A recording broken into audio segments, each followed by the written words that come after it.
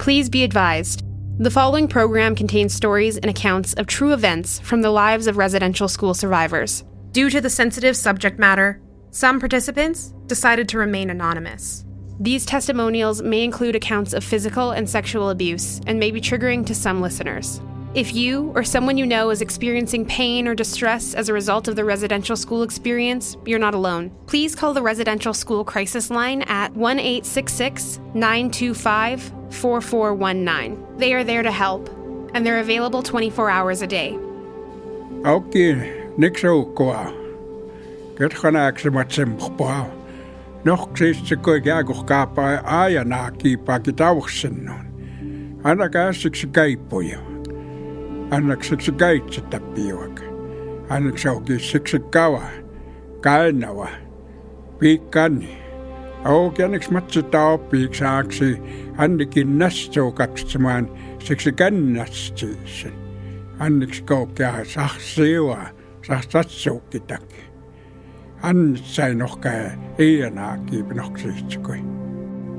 Welcome, my relatives. I'd just like to acknowledge the land that we reside in, the land of the Blackfoot-speaking nations, the Siksika, the Kainawa, Pagan, and also after Treaty Number 7, we also acknowledge Stony Nakoda and Tsutina, a rightful acknowledgement of the people and the land that we reside in.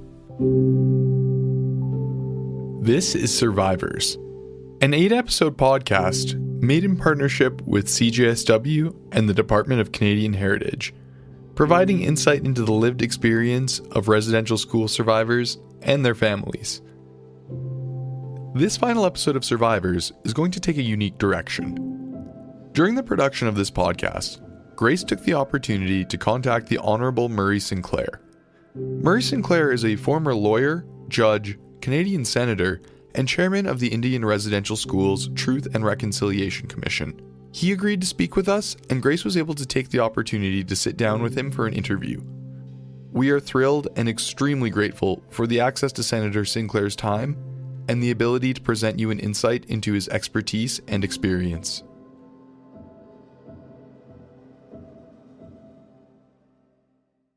Please, could you give us a brief introduction of yourself? My name is Murray Sinclair. I used to be senator, used to be judge, used to be a lawyer, used to be a student, wanted to be a carpenter, and I'm sorry I missed out on that career. Thank you. Thank you. Well, I've read actually everything upon you, so I understand, really extensive, really extraordinary journey that you've been. And yes, very inspiring. My name is Grace. I'm a student at the Mount Royal University. I'm in the journalism program, and I'm also a podcaster here at the CJSW. I am a survivor.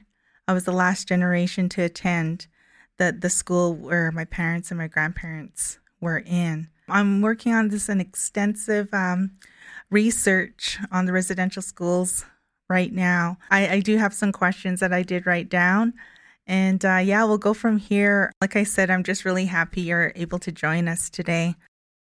How did you cope hearing all the testimonies through the TRC hearing? And was there any support within the community for parents whose kids never came home? Or was it just never talked about? First of all, the issue of providing supports for the people who were involved with the TRC was very important to me. I had already done another inquiry, the Aboriginal Justice Inquiry in Manitoba. Going through that process, as well as having had a chance to speak to the people who were involved in the Berger inquiry, convinced me that you can't ask people to come forward and speak about their most important secrets or their most emotional experiences without providing them with some support, and you can't just leave them abandoned after you're gone.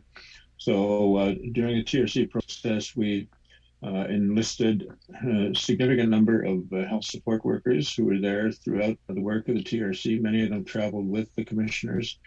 We had a health support team for the commissioners.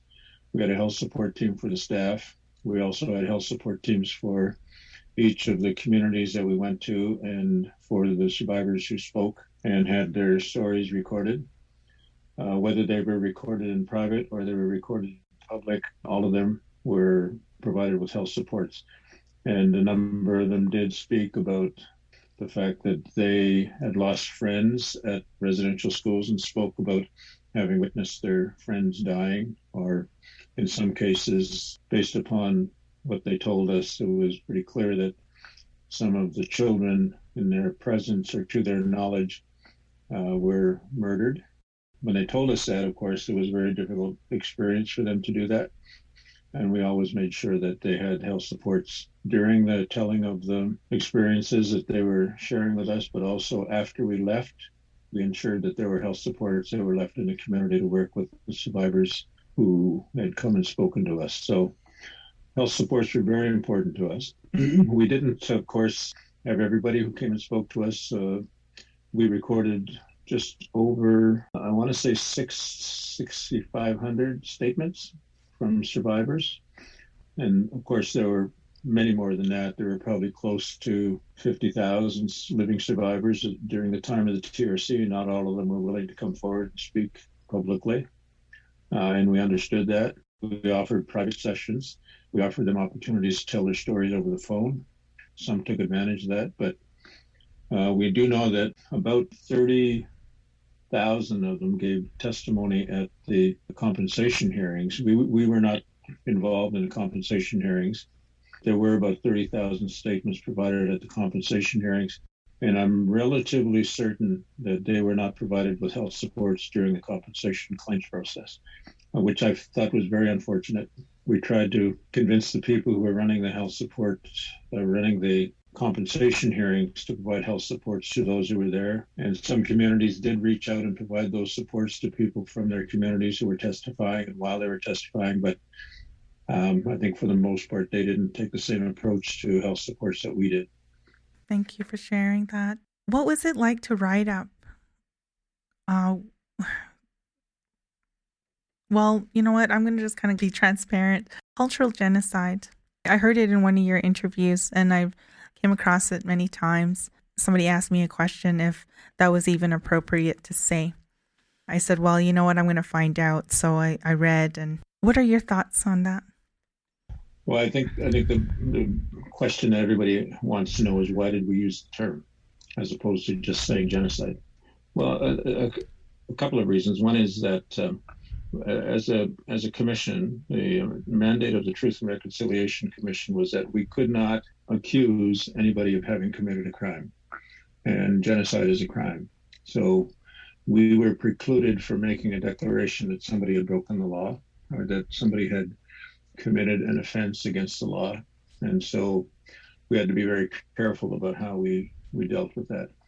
Now, cultural genocide is actually part of the definition of genocide adopted by the United Nations Convention on Genocide, where the UN Convention on Genocide defines genocide as including, among other things, the deliberate destruction of the culture of the people. So for the purpose of eliminating the people as a distinct race of people. And so by including it in that category and pointing out that this was clearly a case of where the government of Canada set out to deliberately destroy the cultures of Indigenous people all across Canada, so as to eliminate them as a distinct group of people within Canadian society, and to force them all into being like other Canadians and have no different rights than other Canadians had, and no different language and no different culture, was an act of a genocide through the destruction of culture. And that's what cultural genocide means, is a deliberate attempt to eliminate the race of people by eliminating their culture and their uniqueness, including their language. And we knew that if anybody challenged it, we might be facing a court ruling that said that we couldn't use the term. But we thought if we took the chance, we actually dared the government of Canada to take it to court and see what the court would do with it, because no one could deny that that was in fact what Canada was trying to do. It is difficult, quite frankly, to prove that the government of Canada set out to deliberately kill every Indigenous person in Canada. People died, there's no question of that, and people sometimes were deliberately killed. There's no question of that too. And people were killed in order to eliminate them as a part of Canadian society. But it's almost impossible to say that the Canadian government set out for the purpose of deliberately murdering every single Indigenous person in Canada. And therefore, we felt comfortable using the term genocide through the destruction of culture or cultural genocide. And we think it best captures what exactly took place. And we wrote extensively about what the government did, and we wrote extensively about for why we reached that term. We also pointed out that the definition of genocide includes other things like the starvation of people, and we pointed out instances where the government of Canada set out to starve Indigenous people. We pointed out that preventing the births of children, so forcibly sterilizing women, would be an act of genocide. And we pointed out that the government of Canada did forcibly sterilize hundreds of Indigenous women in Canada, and that the policy of eugenics was quite deliberately followed. And so we pointed out all of those things, and then they all fall within the classification of genocide. But we focused on the issue of cultural genocide because that was where the most significant consequences were felt. Thank you. What changes have you seen in your community or elsewhere over time since this has been taking place, especially the TRC? Have you seen anything change? You know, I think there's a very clear awareness of what went on. I can't say that there is a unanimous acceptance that what we wrote was the truth. People need to be reminded of what I said at the end of the TRC process at the very last hearing. I said getting to the truth was hard, but getting to reconciliation will be harder because people will be fighting you all the way. There will be a certain class of people who will be willing to deny it. Many people within the Catholic Church deny that, in fact, the survivors who told stories about being abused by priests and nuns or being harmed and physically endangered by priests and nuns, they deny that that took place. They're saying that survivors are lying. There is a population of people who believe in eugenics or believe that Indigenous people should not have separate rights, who believe that Indigenous people are inferior, who believe that it would have been okay if they'd all been wiped off the face of the earth, who deny reconciliation should happen. And of course, they pick up on things like, you know, the few people who are able to say it, who are willing to say that their experience in residential schools was good. They never got harmed. They never got hurt. They never got sexually abused. But what they don't talk about is the fact that everybody who went to residential schools was affected by the experience of doing that because they lost their culture and access to their culture. They lost time with their families. They lost awareness of their own language in many cases. But probably more importantly, every child who went to a residential school was aware that abuse was going on in the school somewhere to some of their friends and some of their acquaintances. And they lived in fear that they might be next. And whether they will ever admit it or not, they would tell you that they lived in fear that they could be next.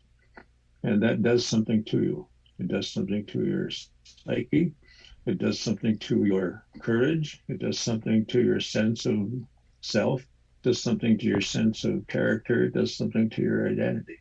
And therefore, the residential school experience hurt everybody who went there, including some of the teachers who were there too. Yes, I know what you're talking about totally. What happens next? What needs to happen to support people, Indigenous and non-Indigenous peoples? Like, we're in this together, like you said, especially now as more grave sites are found. It was unfortunate that the people who put together the Indian Residential School Settlement Agreement did not include in the mandate of the TRC the question of investigating the issue of children who died in the schools and where they were buried. That was a very clear question almost from the outset.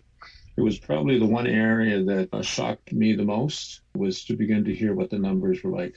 We knew that it had happened. We had heard that before we had started out in our work, but the sheer numbers that came forward and our little bit of research was able to uncover was convincing that this was a very significant issue. And it was something that caused us to include it as part of our calls to action.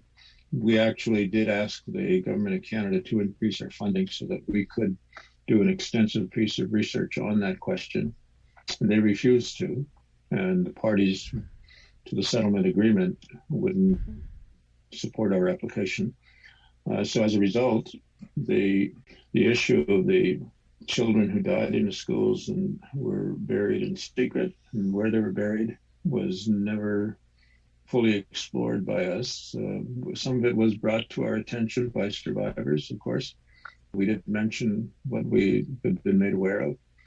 But what we did say was that when this issue is more fully explored, you will be astounded at the numbers of children that you will discover who have been killed in the schools, who have died in the schools, and who have been buried in places that other people would not have been buried. So they were not buried in the school cemetery in many cases, or in the local church cemetery. They were just buried, some of them in the bush somewhere, or some of them land somewhere, and they were not properly marked as burial sites. The land was not blessed. The land was not made sacred, as would normally be the case. There were no ceremonies held for them in terms of the burials. Sometimes they were buried 2 or 3 to a grave, or many to the grave. So we know that if and when there is ever a full investigation of this, that people will be more astounded than they have been to this point in time. Right now, the numbers of children that have been discovered, or the number of burial sites, I should say, that have been discovered, pales in comparison to the number of burial sites that could ultimately be located. We did a bit of research as much as we could, given our limited resources, just utilizing air reconnaissance, satellite imagery, and things such as that. Based upon that research and historical photos, we came to an estimate of where some of the burial sites are likely to be, and we wrote about that in our report. We have an entire volume on that question as part of our 6-volume TRC report. And I always encourage people, if you want to know more about it, read that volume, volume 4. Thank you. Thank you. I will. What do we need to be aware of? There's a lot of attention focused now on the children who didn't survive. What you need to be aware of is the fact that the Government of Canada still continues to do to Indigenous children what they did during the residential school era. And they're doing it by utilizing the child welfare system and the criminal justice system. We have more kids in the care of government in our jails and in our foster system than we ever had in residential schools at any given period of time. So we're still losing our kids to cultural genocide. And we need to confront that. We need to do something about that.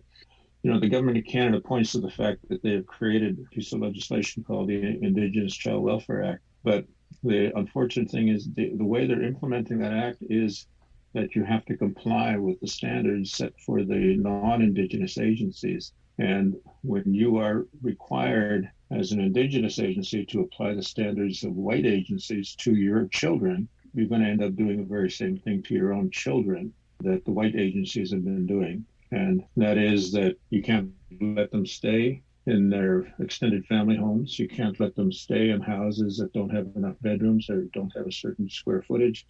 You can't let them stay if the house is not adequately maintained or doesn't have proper facilities. You can't let them stay with their extended families if the extended family has not had prior involvement with the child, even though it was quite natural for children to be moved into their grandmother's or their auntie's house, even when they didn't meet them, because there was a natural commitment by the family to do what they could for their children. So the Indigenous agencies are caught in the trap of having to do what the non-Indigenous agencies are doing. And the same is true with communities that are beginning to get involved in the criminal justice system, whether it means having their own court system or having their own legal system.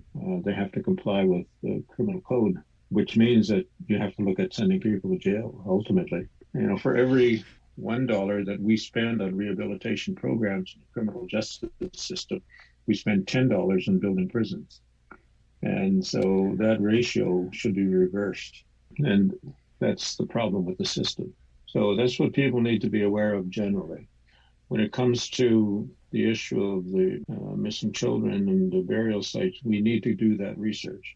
We need to look extensively and more extensively at the question of how many children died, when did they die, who were they, where did they come from, what was done even for those who were known to have died, what was done to communicate with their families, and what do their families and their communities want done now. Because some of them want their children to be returned to their communities. Some of them want their children to remain where they are, but to be properly taken care of. So that kind of level of communication has not yet occurred and needs to be part of the process. Plus, I think we also need to thoroughly consider the question of conducting criminal investigations into those who may have been responsible for the deaths of children who may still be alive today, who should be prosecuted. Yes. How can we make sure we don't lose sight of the other needs of survivors? I don't even know if there's any investigations, like you said, that have begun, because it's just they keep finding the children. Well, there are two issues that we need to keep in mind as we're going forward. One is that there's more information that needs to be determined. In other words, there's more truth finding that needs to be done out there. But we also need to recognize that every time we discover a new fact or a new situation, such as missing children and burial sites, that this is having a very significant traumatic effect upon those survivors who are still with us. And there are no places that they can go and get help. There's no support system in place. The medical professionals who end up going into their communities are not well taught how to deal with things like this.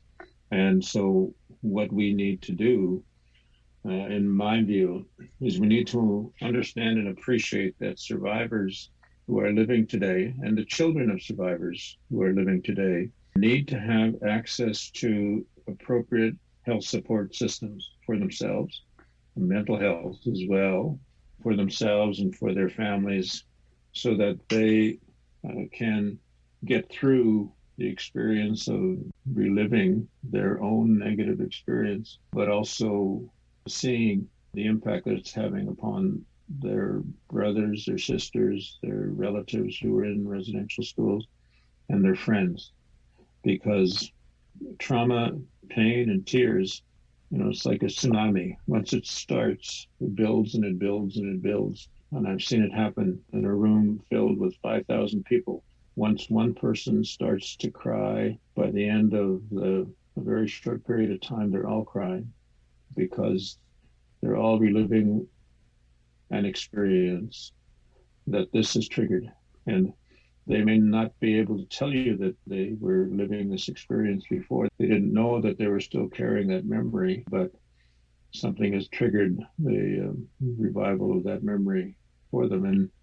And so we need to put in place and to have in place until survivors are able to properly support themselves, survivor support centers in each community, in each large community and urban areas, to ensure that survivors are properly taken care of. We spend a lot of money and a lot of time damaging them. We should spend an equal amount of time and an equal amount of money to help them to stay healthy. Yes, thank you so much. Moving forward, what do you think should happen? My thoughts is like building centers, understanding like how many Indian residential schools were built, that the government should actually provide centers for families to be a part of society. Those were some of my thoughts. And what can you suggest, or what do you think? We need to change the way that we educate children to believe that as Indigenous people, we were not only here first, but we were valid as a people. We had a civilization, we had a culture, we had a right to this territory, and that it was not right for white settlers to come here and to falsely lead us into believing and signing documents where we gave up our rights according to their law, and then to impose that law on us, when in fact that was never the commitment. And at the same time, overcome us through military exercise when we were not ready to take up that kind of resistance. And so we have to change the way that we're educating our children so that future generations don't behave like this. The thing that we need to keep in mind is that every society has an obligation to help children answer 4 very important questions. The first one is, where do I come from? And that question, where do I come from, is not only how was I born and who are my grandparents and who are their parents.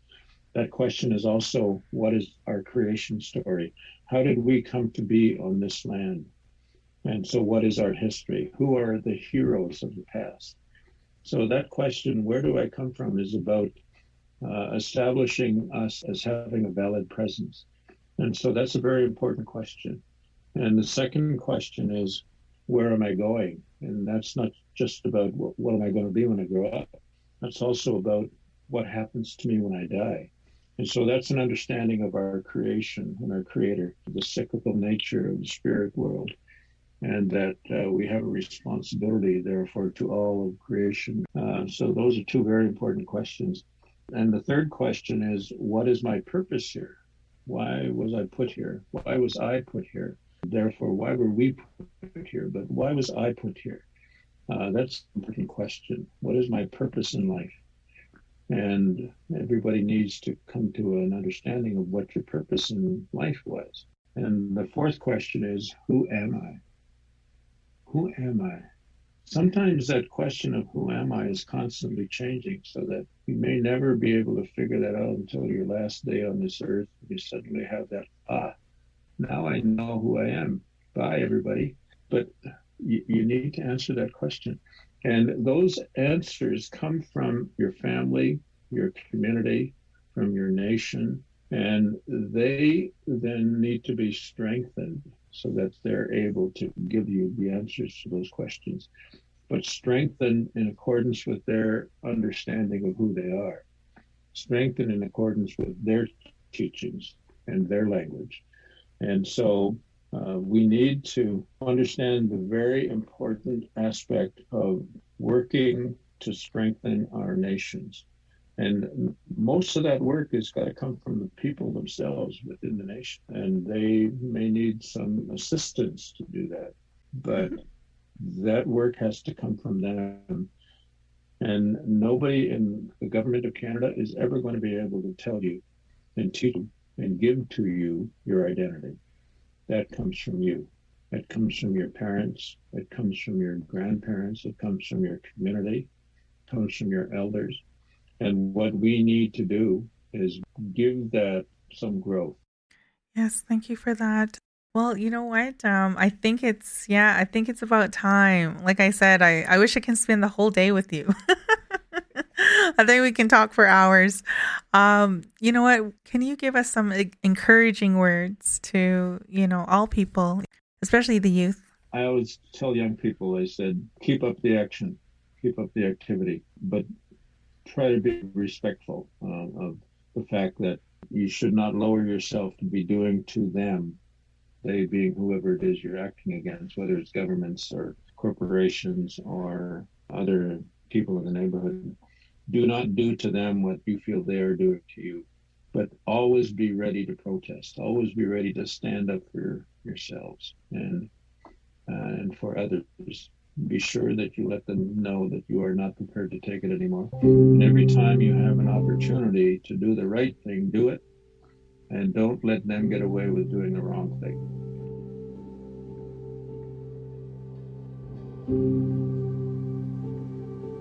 The residential school system was only one of many tools the government has used to erase the lives and experience of Indigenous people who have always lived on these lands. While Indigenous erasure is no longer the government's official stance, the actions and policy taken towards Indigenous people in this country by government and economic powers remain contentious and antagonistic.